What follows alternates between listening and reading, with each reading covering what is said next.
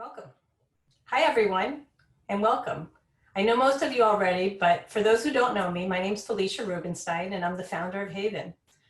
We also have our amazing team here tonight, Malou, Kathy, Samantha, Teresa, and Catherine, our summer intern.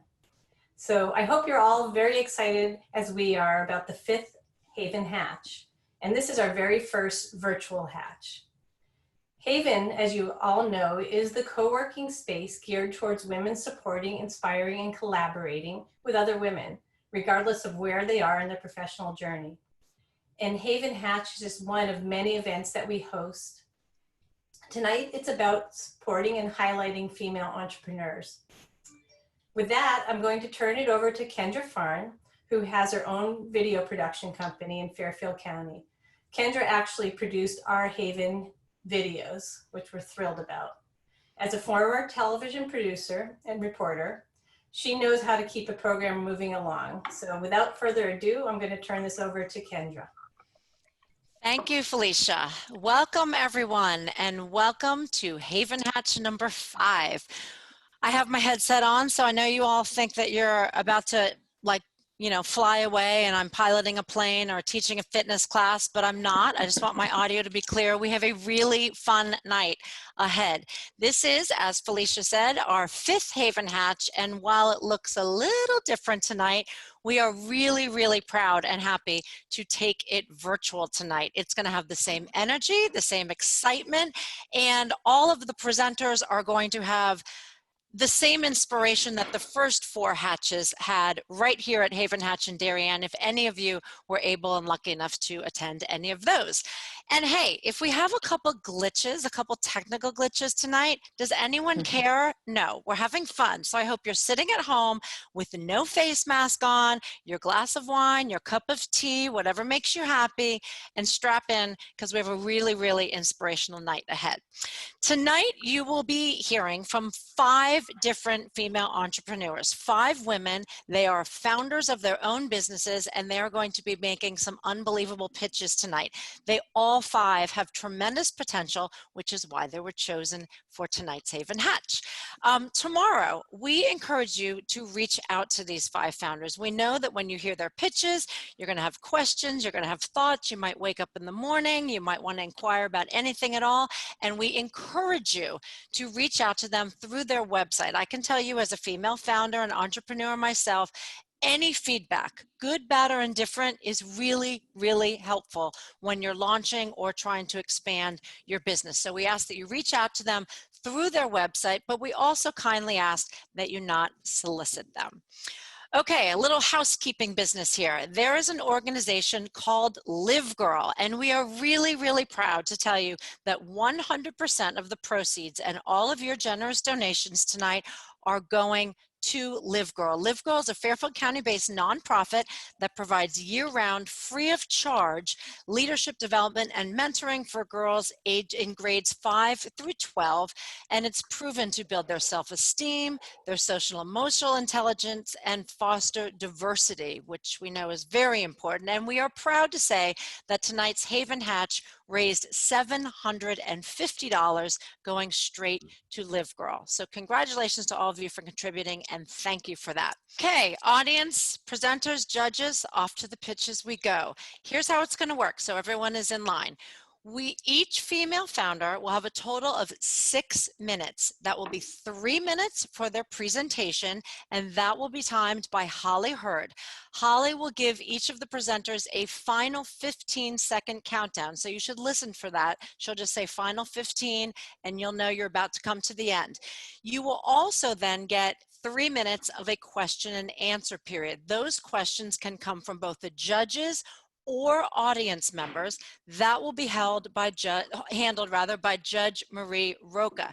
Now, audience, we're going to ask that you please put your questions down at the bottom of your screen in the Q&A folder, but please only put questions as a presenter is presenting or right when a presenter has completed, because once we move on to another presenter, we're not able to entertain questions from someone who's already finished, just so that we can keep it clean. And Marie will be handling those that Q&A, and that's another 3 minutes, so a total of 6 minutes for each presenter. All right, is everyone ready? Off to the races we go. Right. Number 3, Isabel Castillo with Izana. Isabel, take it away. Hi, thank you very much for being here. I remember when I was younger, I used to be really excited about the idea of wearing my first bra because I was going to be an adult. But then when I became a real adult, I stopped being super excited and started getting really frustrated because of how inflexible they are. I got tired of the straps digging in my skin, and I got tired of the no support the bras currently offer. And I'm not alone. Jane, she like me, is tired of the straps digging in the skin. Grace and Lisa, they both have mobility issues. So sometimes reaching behind your back to adjust it is simply not an option. And sometimes hook and eye complicated systems, it's also not an option and sometimes frustrating for also women like me. I don't really like using that and I'm not that flexible. Danielle, she's having a really hard time because her back hurts. Doing all of these high activities, jumping up and down, it's not good for her because she has a large breast. And trust me, I was a soldier once. I know how bad it gets. And Alex, the super excited to have her first child, is currently struggling because the band, it just keeps adjusting around her torso. And this is just not good anymore. And all of us are tired of it. Next slide, please. Hi, my name is Isabel, and I'm a Vassar physicist, CEO and founder of Izana. I decided to take it upon myself and create a new bra with 3 key innovations. Next slide, please. The first innovation is a structurally different breast cup. What does this mean? This means that this breast cup was specially designed to redistribute the weight so that it's not all allocated on the straps. Instead, all the forces are accounted for. I did the math, and we feel liberated once we wear it. Second is there's no wire bottom support. What does this mean? Women, ladies, we all know that when we adjust the strap, it pulls from the top, and this really does nothing for us. A no wire bottom support means that when the strap is adjusted, everything is capitulated and pulled from the bottom, which is then further adjusted by a band that is moving between the breast cup. Why? Because we need the extra support behind our ladies. Lastly, is an alternated side latching system. Why like this? Because women that have mobility issues, maybe you're an amputee, maybe shoulder rehab, sometimes one arm is not working. So we need the flexibility, the opportunity to be able to adjust the bra on one side. We also have a front latching system because sometimes it's better. And an added benefit is that we know that when we're teenagers and boys want to play around, they like to unhook the bra. But when you have it on the side, it's extra safety net. I had to remind myself. Next slide, please. All of these innovations leaves us for room for a lot of growth. And growth is one of the key factors of the underwear industry. 15 seconds. Valued at $50 billion with a healthy gross margin of 45%. Next slide, please. Next slide, please. Thank you. With an entry point of between $50 and $65 for the sports bra, we're positioning ourselves ahead of our competitors. Why? Because we're addressing a niche market that is not there. The $75,000 is for our first production run, and we are looking to empower women with innovative clothing. Thank you. Well done. Thank you. Isabel, Izana, that was a fantastic presentation. We have 3 minutes for Q&A. Marie, take it away. Wow, I can't wait till this is in the market. I think some of you guys have heard about my complaint in this area. So we have a question from Lisa Carrata who asked, what materials are the bras made of? Right, so I'm only using hypoallergenic materials like organic cotton, Hungarian bamboo, and tencel. And this is because women that have a breast cancer surgery, their skin is very delicate. And sometimes they can have reactions and infections as such. So I decided, because I already don't have a wire, to also address their needs. Allison? Yeah, sure. Too. Manufacturing, where is that taking place? And go to market, how are you getting the word out there? Of course. So the first question, where am I manufacturing? Is in the United States. I already am speaking with a military manufacturer that also wants to produce this bra. Some components, however, I am unable to find them here, so I have to source them from Germany. In terms of how am I getting the word out there, I've already reached out to rehab facilities, I've reached out to my college, I've reached out to veterans hospitals, and I've reached out to a lingerie conventions to start putting the word out there, as well as I've already been conducting interviews and polls to make sure that I am going in the right direction, and I have tested the prototypes. Great. Marie? Apologies. Doug, did you have a question? Yeah, this sounds really impressive, Isabel. Is there a way to patent this? It's a kind of unique, innovative approach. I already patented. I did. And I so did the tell us work. about the patent. Sorry? Tell us about the patent. Right, so I did the provisional patent, and then I submitted this year the permanent patent, and everything is addressed within it. It was very general and also specific where it needed to be, because I wanted to make sure that it was well protected. Yeah, congratulations. Well, Do you have a prototype? Is the question from Lee Radsewan? Sorry to mispronounce your name. Yeah, so I have a first prototype, and with that, I tested the first prototype within 20 females, and they gave me good reviews, and they gave me an area that I needed to work on. And with that, I tested the second prototype, and I tested that one again. And now the third prototype is being finalized with my seamstress, because I did a draft prototype, and I'm not a seamstress, so I had to seek professional help. Anyone else? Go ahead, Allison. Yeah, so will you be selling these online, or will you be partnering with the company for distribution? So I'm looking to do both. I'm looking to sell them online, as well as partnering with institutions, but also very important, rehab facilities and hospitals, because when patients need to try them on, especially breast cancer survivors, women that had surgery, they're not really in the mindset of going to buy a bra or go out there. I They got it, really yeah. just want to Be do able it to in the distribute them. confidence of their doctor's office. Okay, time. Thank you. Awesome. Isabel with Izana, thank you.